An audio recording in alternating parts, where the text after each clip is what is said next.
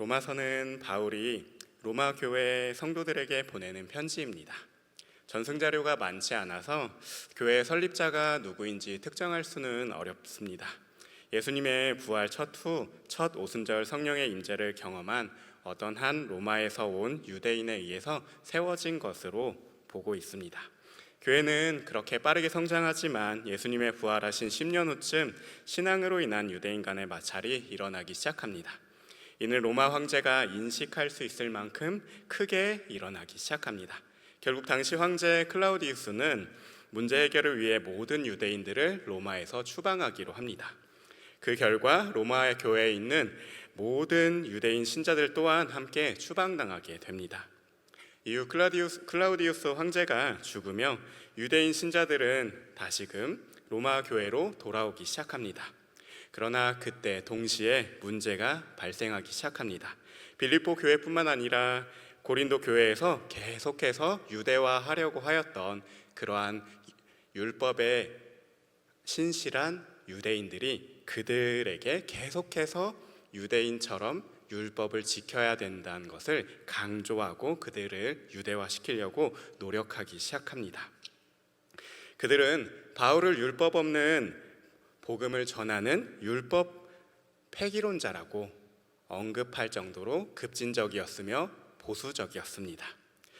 바울을 값싼 은혜를 전하는 자로 비하하였으며 비방하였습니다. 이러한 상황은 이제 로마 교회에게 닥친 상황이 되었습니다.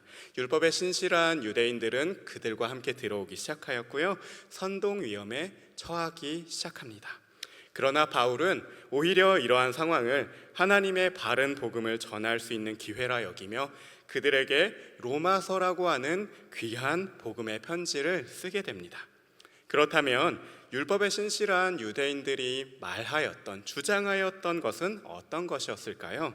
유대인은 이방인을 인정하지 않았습니다. 자신들만이 하나님과 특별한 관계에 있는 자들이며 자신들만이 전능하신 하나님을 소유한 자들이라고 주장하였습니다.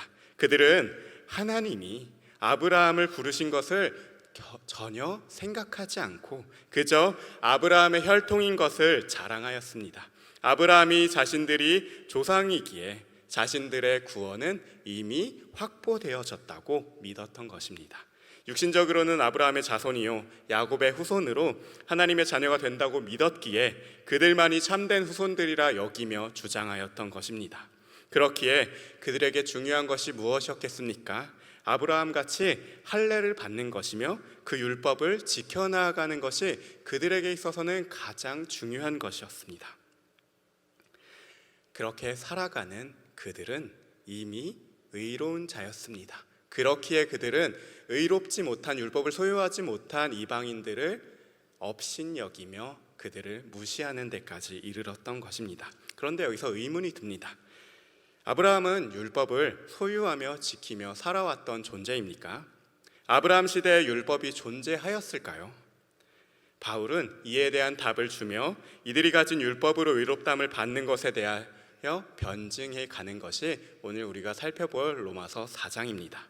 그렇다면 바울은 아브라함 이야기를 통해 우리에게 전해주고자 하는 것은 무엇일까요?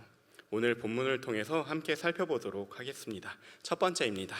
하나님께서 아브라함을 먼저 찾아갔다는 것을 바울은 말씀합니다. 아브라함은 갈대아 우르 땅에 사는 우상을 만들어 파는 우상 장수 데라의 아들이었습니다. 아브라함은 경건하지 않은 자였습니다. 불경건한 자였으며 이방인이었습니다. 하나님을 믿지 않는 자였고 하나님을 알지 못하는 자였습니다. 그런 중 그의 나이 75세 때 하나님께서 아브라함을 찾아오시기 시작합니다. 그러며 그에게 말씀하시기를 여호와께서 아브라함에게 이르시되 너는 너의 고향과 친척과 아버지의 집을 떠나 내가 내게 보여줄 땅으로 가라. 내가 너로 큰 민족을 이루고 내게 복을 주어 내 이름을 창대하게 하리니 너는 복이 될지라. 너를 축복하는 자에게는 내가 복을 내리고 너를 저주하는 자에게는 내가 저주하리니 땅의 모든 족속이 너로 말미암아 복을 얻을 것이라 하신지라. 창세기 12장에는 이제 하나님이 아브라함을 찾아오셔서 그에게 복을 주시며 약속을 하시기 시작합니다. 하나님께서 먼저 은혜로 아브라함을 찾아가셨습니다.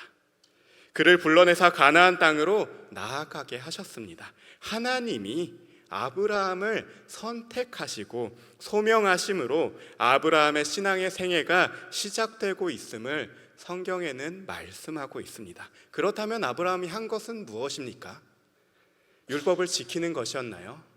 엄청난 믿음의 행위를 통하여 무언가를 행하였습니까? 아닙니다. 창세기 12장 4절에 의하면 상반절에는 이렇게 말씀합니다. 이에 아브라함은 말씀을 따라갔고, 아멘.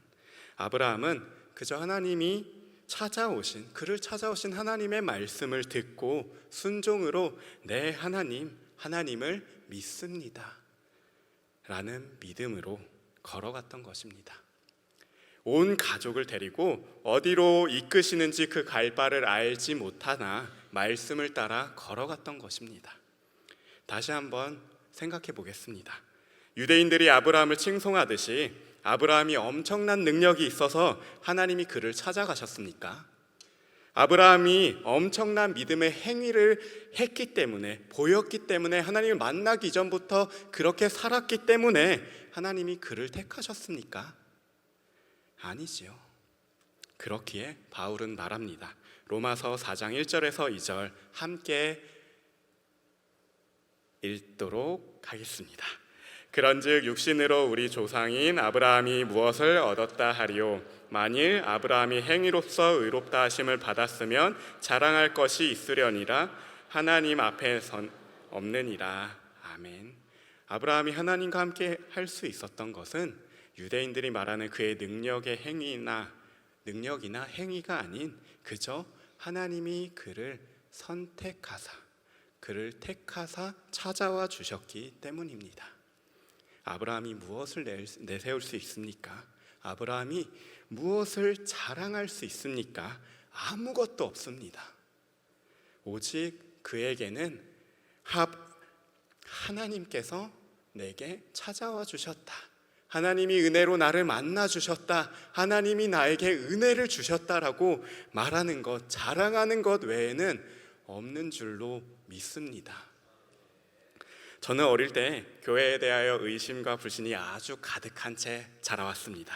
주변에서 제게 말하는 교회는 널 이용하는 나쁜 곳이야 라는 이야기였거든요.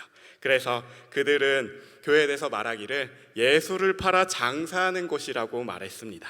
그래서 저는 의심과 불신이 가득한 채로 그 말에 쏙 철석같이 믿으며 살아왔습니다. 그래서 친구들이 전도하면은 야, 나한테 왜 나쁜 거 전해? 하지 마! 이랬던 기억이 있습니다. 다시는 제게 그런 것을 하지 말라며 엄포를 놓기도 했습니다. 그러다 어느 날인가 연필 한 다스를 준다는 어떤 곳에서의 초청잔치가 열린다는 이야기를 들었습니다. 그것에 홀랑 넘어간 거죠. 저는 시골에서 살았기 때문에 우리가 자랑할 것은 필통이었습니다. 필통 안에 있는 볼펜, 연필 큰 거, 몽땅 연필 꼬질꼬질한 거는 안 됩니다. 그냥 엄청 새 거, 그런 것들을 가지고 있을 때 필통을 열어서 야, 이런 거 있다 이러면서 자랑하죠.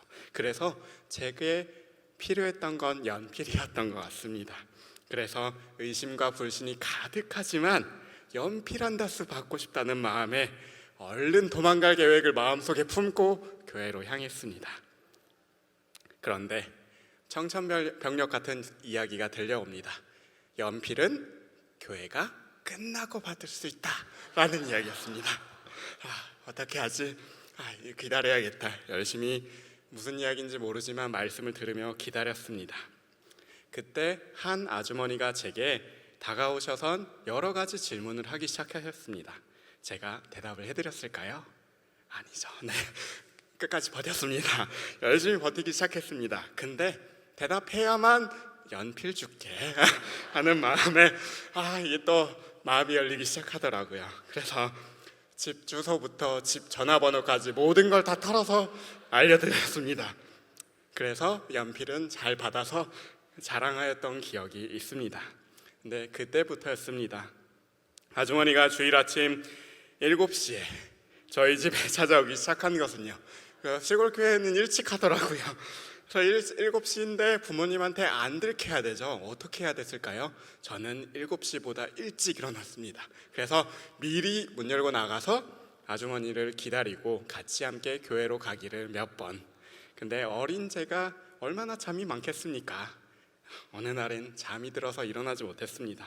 깨어보니 아주머니가 부모님께 교회를 보내달라고, 저를 보내달라고 이야기하고 계시더군요. 부모님은 교회에 대한 상처가 있으신지 교회는 나쁜 곳이기에 결코 저를 보내지 않으셨습니다. 그러나 어디 살아계신 하나님을 만난 우리 권사님들이 쉽게 포기하실 분들입니까? 아니시죠? 네.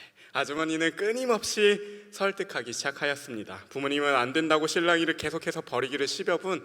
갑자기 정적이 찾아왔습니다. 저는 아주머니가 돌아가신 줄 알았습니다. 그런데 아주머니는 무언가를 다짐하셨는지 그 한겨울이었는데 그 앞에 서서는 차가운 철문을 두고서 무언가를 선포하시기 시작했습니다. 무엇이었을까요?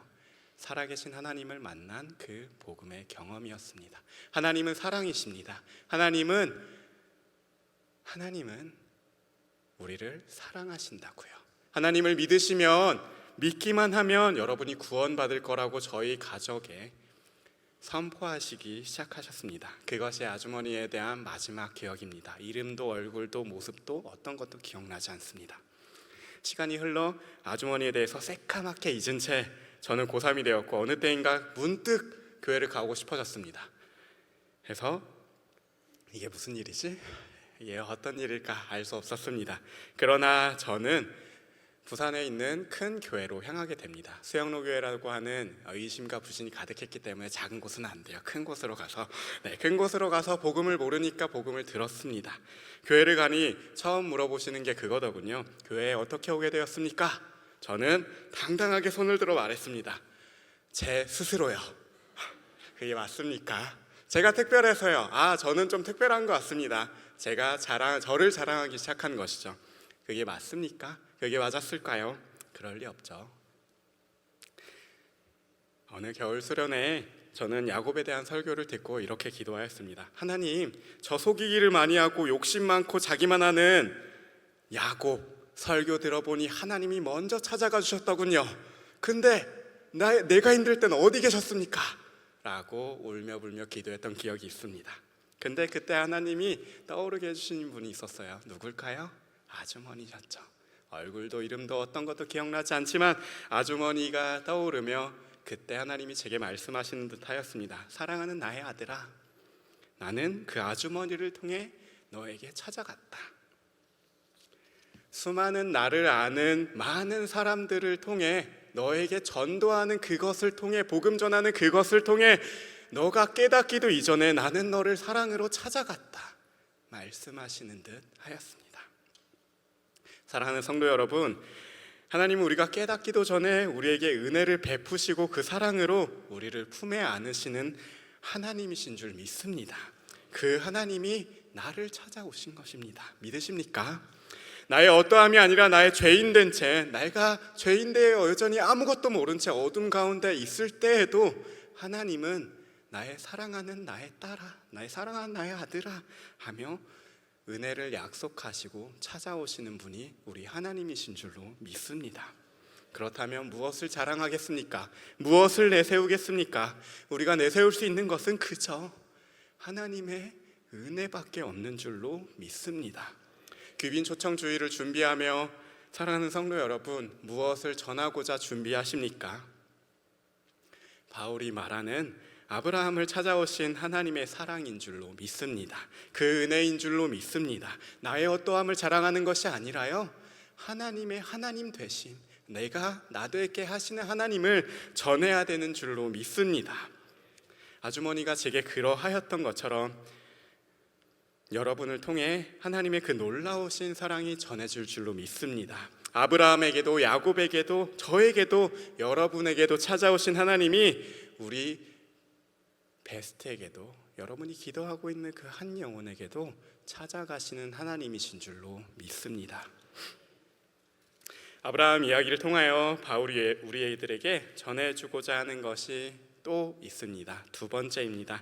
하나님은 실패하지 않도록 믿음으로 하신다는 것입니다. 본문으로 돌아와 본문 13절에서 16절을 살펴보시면 쉬운 성경에서는 13절을 이렇게 말씀합니다. 13절 띄워주시고 같이 함께 읽도록 하겠습니다. 시작.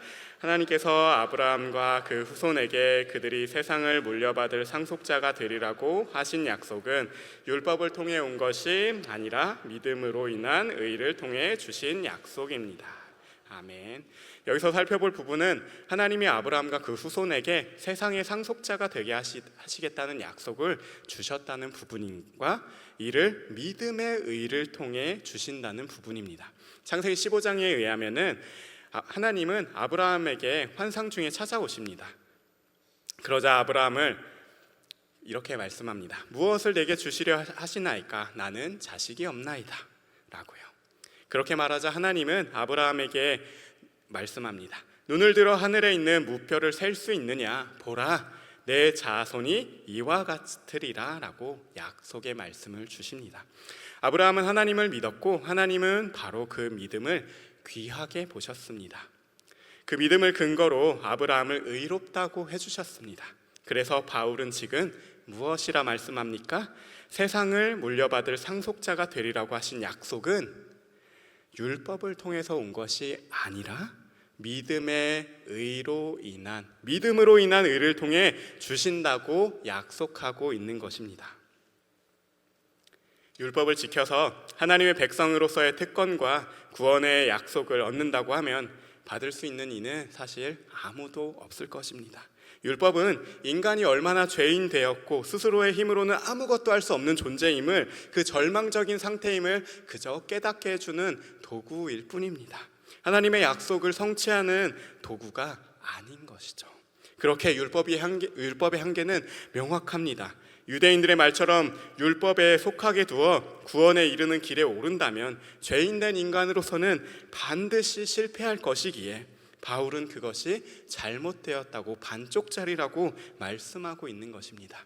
만일 정말로 율법을 잘 지켜서 하나님의 영광의 기업을 받을 수 있다고 말씀하시는 것이라면 그 길이 얼마나 고통스럽겠습니까? 얼마나 고되겠습니까? 그것을 지키기 위해서 하나님은 뒷전이고 자신의 행위만을 바라보지 않겠습니까? 내가 오늘은 무엇을 했는가? 내가 어떤 것을 하였는가? 살피려고 하지 않겠습니까? 그렇기에 16절에서 다시금 바울은 말씀합니다. 하나님의 약속은 오직 믿음으로 말미암는다고 말씀을 해주시는데요. 쉬운 성경 16절입니다. 같이 한번 읽도록 하겠습니다. 그러므로 하나님의 약속은 믿음을 통해 주어집니다. 이렇게 하신 것은 하나님께서 아브라함의 모든 약속, 모세의 율법 아래 사는 사람뿐만 아니라 우리 모두의 조상 아브라함처럼 믿음으로 사는 사람들 전부가 아브라함의 자손이 됩니다. 아멘. 이렇게 하신 것은 무엇 때문이라고요? 아브라함의 모든 자손에게 약속을 은혜로 주시기 위함이라고요. 하나님은 실패하지 않도록 모든 자손에게 약속을 은혜로 주시기 위해 믿음으로 하신다고 말씀하고 있는 것입니다. 왜요? 율법은 우리가 율법을 지키려고 하면 실패할 게 분명하기 때문입니다.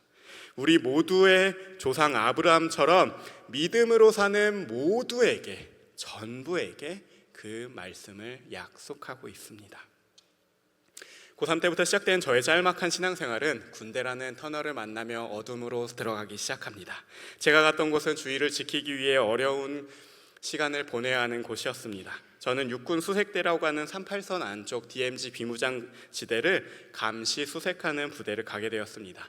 4일 기준으로 수색, 근무, 매복, 취침을 반복하는 쳇바퀴 같은 곳이었습니다. 이러한 사이클이 돌아가는 군대 속에서 저의 얄팍한 신앙은 곤두박질치기 시작합니다. 주의를 지킬 수 없었고요. 하나님을 따르는 것은 어려웠습니다. 그러던 어느 날 장마로 인해 비가 많이 내리는 날이었습니다. 엄청나게 내리는 그 비로 인해서 땅이 유실되기 시작하였고 작전 지역으로 들어가기에는 너무나 위험하였습니다. 그래서 한참을 비가 내리기를 그친 어느 때 드디어 작전지를 향하게 됩니다. 하달되어지는 작전 속에서 우리는 수색을 하기 시작했습니다. 비가 너무 내려서 지형이 많이 바뀌고 위험할 것을 생각하였기에 다행히도 지뢰 덧신을 신고 안으로 들어가던 도중 사건이 발생하기 시작합니다. 늘 지나가던 1m가 채 되지 않는 폭을 지나가던 어떠한 길에서요, 갑자기 엄청난 굉음과 폭발이 일어나기 시작하였습니다. 정신 차릴 수 없는 그때 한 가지 분명한 것은 우리가 늘 지나다니던 그 길 위에 지뢰가 폭발하였다는 사실이었습니다. 그것을 수습 후 우리는 헬기를 타고 본대로 복귀하였고, 지뢰를 밟았던 이등병 친구는 응급수술에 들어가게 되었습니다. 사건 이후 어떻게 시간이 흘렀는지 모르게 시간이 흐른 뒤 우리는 그 친구의 병문안을 가게 되었습니다. 우리는 안타까운 마음에, 미안한 마음에 아무 말도 못하고 그저 그 친구를 바라보고 있었습니다. 그 친구를 만나자 마치 죄인인 마냥 그저 아무 말을 하지 못하겠더라고요. 그때 이 친구가 저희에게 먼저 이렇게 말을 해주는 겁니다. 나여서 다행입니다. 어안이 벙벙했습니다. 어떻게 이렇게 말할 수 있지? 이게 무슨 말이지? 무슨 말일까? 얘가 좀 아픈가? 이러면서 여러 생각을 했는데 계속해서 말하기를, 저는 하나님을 믿기 때문에 죽었어도 천국에 갔음을 믿습니다. 그러니 괜찮습니다 하는 겁니다. 저의 곤두박질 쳤던 신앙과는 완전한 반대의 신앙을 가지고요, 그런데 살았으니 이제 하나님이 저의 인생을 책임져 주실 줄로 믿습니다. 그러니 괜찮습니다 라고요. 바울은 말합니다. 하나님의 약속은 율법을 통해서가 아닌 믿음으로 인한 의를 통해서 우리에게 주신다고요. 만일 율법을 지키는 자가 상속자가 된다면 믿음은 쓸모 없어지고 약속은 무용지물이 되고 만다고 말씀합니다. 이 친구가 만난 하나님은 어떤 하나님이었을까요? 율법으로 행위로 구원을 가르는 그런 하나님입니까? 바울이 말하듯 믿음으로 인한 의를 통해 구원해 주시는 하나님이신 줄 믿습니다. 다리를 잃어서 낙담하고 절망 가운데 빠지게 하는 율법이 아니라요, 드릴 것 없으나 마음으로, 그 작은 믿음으로 드리는 그 마음을 기쁘게 받으시는 분이 우리 하나님이신 줄 믿습니다. 그런데요, 여전히 유대인들과 같이 하나님을 그릇되게 전하며 손가락질하는 사람들이 세상에는 너무나 많습니다. 병으로, 예기치 못한 사고로 병상 가운데 누워있는 분들이 이 잘못된 복음을 듣는다면 무슨 소망으로 살아가겠습니까? 어떤 소망으로 나아가겠습니까? 어릴 적 저와 같이 바른 복음을 듣지 못하여서 교회에 대한 오해를 가지고 있는 자들이 그저 그 복음만을 가지고, 잘못된 지식만을 가지고 살아간다면 어떤 기쁨을 누리며 살아가겠습니까? 그들이 진정으로 들어야 할 복음은 무엇입니까? 율법이 아닌 믿음으로 하시는 하나님의 마음인 줄로 믿습니다. 우리 모두의 조상 아브라함처럼 믿는 믿음으로 살아갈 때 행위가 아닌 그 믿음으로 구원해 주시는 하나님의 마음인 줄로 믿습니다. 사랑하는 성도 여러분, 무엇을 전하시겠습니까? 오직 하나님의 이름밖에 없는 줄로 믿습니다. 마지막으로 바울이 아브라함을 통해 전하고자 하는 것은 무엇일까요? 마지막 세 번째입니다. 붙드시고 이끄시는 하나님을 바라라 라고 말씀합니다. 본문 19절에서 20절을 함께 읽도록 하겠습니다. 그가 백세나 되어 자기의 몸이 죽은 것 같고 사라의 태가 죽은 것 같음을 알고도 믿음이 약하여지지 아니하고 믿음이 없어 하나님의 약속을 의심하지 않고 믿음으로 견고하여져서 하나님께 영광을 돌리며. 아멘.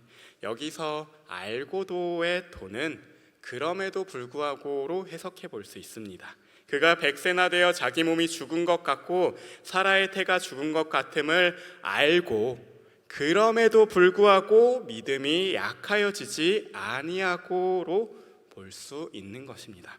그렇다면 왜 그럼에도 불구하고였을까요? 어떻게 그럼에도 불구하고였을까요? 현실적으로 아브라함은 바랄 수 없는 상황이었습니다. 그는 앞서 만난 하나님을 통해 하나님의 전능하심과 신실하심을 분명 깨닫고 있었을 것입니다. 그러나 그는 나이가 이제 99세나 되었습니다. 아이를 낳을 수 없는 몸이 되었고 이는 부인인 사라 또한 90세로 그럴 수 없었습니다. 그렇기에 그는 현실적으로 불가능한 일일 것이라고 생각했던 것입니다. 그러나 그는 연약할지언정 하나님의 전능하심과 신실함을 믿음으로 나아갔습니다. 믿음이 약하여지고 흔들리고 넘어지고 그럴 수 있지만 하나님을 믿는 믿음에 대해서는 흔들리지 않았던 것입니다. 실제로 창세기 15장에 보면 분명 하나님은 내 몸에서 날 자가 상속자가 되리라고 약속해 주셨습니다. 그런데 그게 사라라고 분명하게 말씀해 주시지는 않습니다. 그저 사라를 염두에 두고 말씀하시는 것이라고 추측해 볼 수 있는 것이요. 그런데 시간이 흐름에도 사라의 불임은 계속되었고 마음이 조급해진 그들은 결국 하갈이라고 하는 카드를 꺼내게 됩니다. 아브라함은 하갈을 통하여 이스마엘을 낳게 되었습니다. 이제 그의 믿음이 흔들흔들 하다가 진흙탕 속에 발을 내디딛기 시작한 겁니다. 하나님을 신뢰하지만 하나님의 약속이 어떻게 이루어지는지 알 수 없어서 도대체 이게 언제 이루어지는 것일까? 이게 이루어질 수 있는 것일까라고 하는 그런 어려움 속에 무언가 스스로의 방법을 시작하기 시작합니다. 이후 창세기 17장에서 하나님이 아브라함을 다시 찾아오셔서 사라가 아들을 낳으리라고 약속해 주십니다. 그런데 아브라함의 반응이 어떠했나요? 창세기 17장 17절입니다. 같이 읽겠습니다. 아브라함이 엎드려 웃으며 마음속으로 이르되 100세 된 사람이 어찌 자식을 낳을까? 사라는 90세니 어찌 출산하리요? 하고, 그러며 이어지는 18절에서 아브라함은 하나님에게 이스마엘을 상속자로 삼으려는 생각을 가지고서 그것을 간접적으로 내비칩니다. 믿음을 가지고 살아가나 아브라함이 진흙탕 속에 발을 빠진 채 아주 혼란을 겪기 시작합니다. 이런 아브라함에게 하나님은 다시금 약속의 말씀을 아브라함에게 주십니다. 17장 19절입니다. 같이 읽겠습니다. 하나님이 이르시되 아니라 내 아내 사라가 내게 아들을 낳으리니 너는 그 이름을 이삭이라 하라. 내가 그와 내 언약을 세우리니 그의 후손에게 영원한 언약이 되리라. 아멘. 분명히 하나님은 아브라함이 속으로 완전히 신뢰하지 못하고 있음을 알고 계셨을 겁니다. 그런데 하나님이 지금 꾸짖으십니까? 호통치십니까? 뭐라고 하십니까? 아니지요. 하나님은 무엇이라 말씀합니까? 다시금 약속의 말씀을 주시고 계십니다. 다시금 내 약속을 네가 이룰 것이다. 소망의 말씀을 계속해서 아브라함에게 말씀하고 있는 것입니다. 하나님은 믿음으로 나아가는 아브라함의 믿음이 흔들릴 때마다 다시금 약속의 말씀을 그에게 주시며 믿음을 잃지 않도록 붙드시고 이끌어 주시고 계신 하나님이심을 우리는 성경을 통해서 보게 됩니다. 왜 그러셨을까요? 하나님은 왜 아브라함을 꾸짖으시거나 아브라함을 내치시지 않으셨을까요? 왜 그러셨을까요?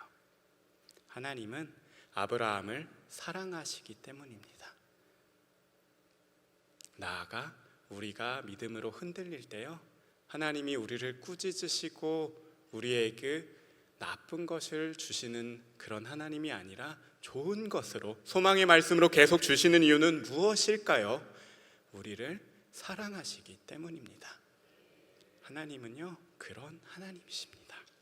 이러한 아브라함의 모습에 대해 결국 바울은 이렇게 우리 로마서에서 결론을 내리고 있습니다.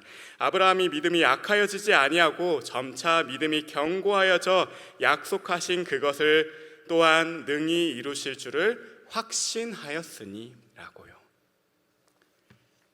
아브라함의 믿음을 처음부터가 아니라 그 끝에서 보고 있는 겁니다. 끝까지 하나님의 손에 붙들려서 믿음을 지켜왔던 아브라함의 믿음을 봐라. 아브라함은 하나님 손에서 믿음이 장성한 분량에까지 이르렀다라고 말씀하고 있는 것입니다. 아까 드린 말씀드린 이등병에 대해서 이야기를 드리며 설교를 마치고자 합니다. 그 이등병은 본래 태권도를 하던 친구였습니다. 저보다 3살 형이었고 태권도로 선교를 하다가 군대에 들어왔던 친구였습니다. 그런데 이제 발을 다쳐 어찌해야 될지 모르는 상황 속 그의 선택은 무엇이었을까요? 그럼에도 불구하고 포기하지 않았던 것입니다. 많은 이야기를 그 친구와 나눴지만 그럼에도 불구하고 그 친구는 포기하지 않았습니다. 하나님의 일하심을 기대하며 기도하며 엎드리는 그런 친구였습니다. 그 친구가 덜컥 우리에게 그렇게 말을 하기 쉬웠을까요? 하나님을 믿기 때문에 난 천국 갈 거라고 덜컥 쉽게 말했을까요? 그러지 않았겠죠. 우리가 찾아가기 전에 그 많은 시간들 속에서 그 컴컴한 병실 속에서 얼마나 하나님의 이름을 부여잡고 울며 불며 기도했을까요?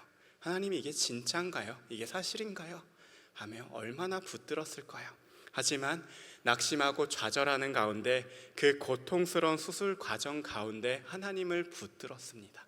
그러자 하나님은 그에게 그의 기도를 들으시고 그의 믿음을 더하여 주셨을 것이라고 믿습니다. 그의 믿음에 믿음을 더하여 주셨을 것이라고 믿습니다. 아브라함을 찾아갔던 것처럼 소망의 말씀을 그에게 끊임없이 말씀하여 주셨을 줄로 믿습니다. 진흙탕 속에서 아니요, 어쩌면 불구덩이 같은 속이었을 것입니다. 하지만 그의 믿음은 흔들릴지언정 포기하지 아니하고 미약하나마 견고하게 세워져 하나님 앞으로 하나님과 함께 걸어갔던 것입니다. 어떻게 그럴 수 있었을까요? 하나님이 그를 사랑하셨기 때문이지 않겠습니까? 그를 너무나 사랑하셔서 그를 붙들었던 것이지 않겠습니까? 이 사랑이 여러분을 향한 하나님의 사랑인 줄로 믿으시길 바랍니다. 우리가 믿음으로 살아가려고 하지만 우리네 삶은 어떻습니까? 하나님의 믿는 믿음으로 살아가지만 때로는 하나님께서 약속해 주신 그 말씀들이 나와는 너무나 먼 것 같습니다. 포기하지 않고 사랑하는 이들에게 복음의 씨앗을 계속해서 뿌려왔지만 하나님의 반드시 열매 맺어 주실 것이라고 믿지만 정말로 허락된 시간 안에서 가능할까? 생각하곤 하시진 않습니까? 이건 사실 제 이야기입니다. 여전히 믿지 않는 사랑하는 부모님을 볼 때면, 팍팍한 현실 속에 쫓겨 살아가는 형제들을 마주할 때면 얼마나 안타까운 마음이 드는지 모르겠습니다. 부모님에게 허락된 시간은 얼마나 남았을까? 죄송합니다. 그 가운데 내게 복음 전할 수 있는 시간은 얼마나 남았을까 생각할 때면 제 마음은 사실 불구덩이와 같습니다. 그런 저와 같은 이들에게 바울은 오늘 말씀합니다. 뭐라고요?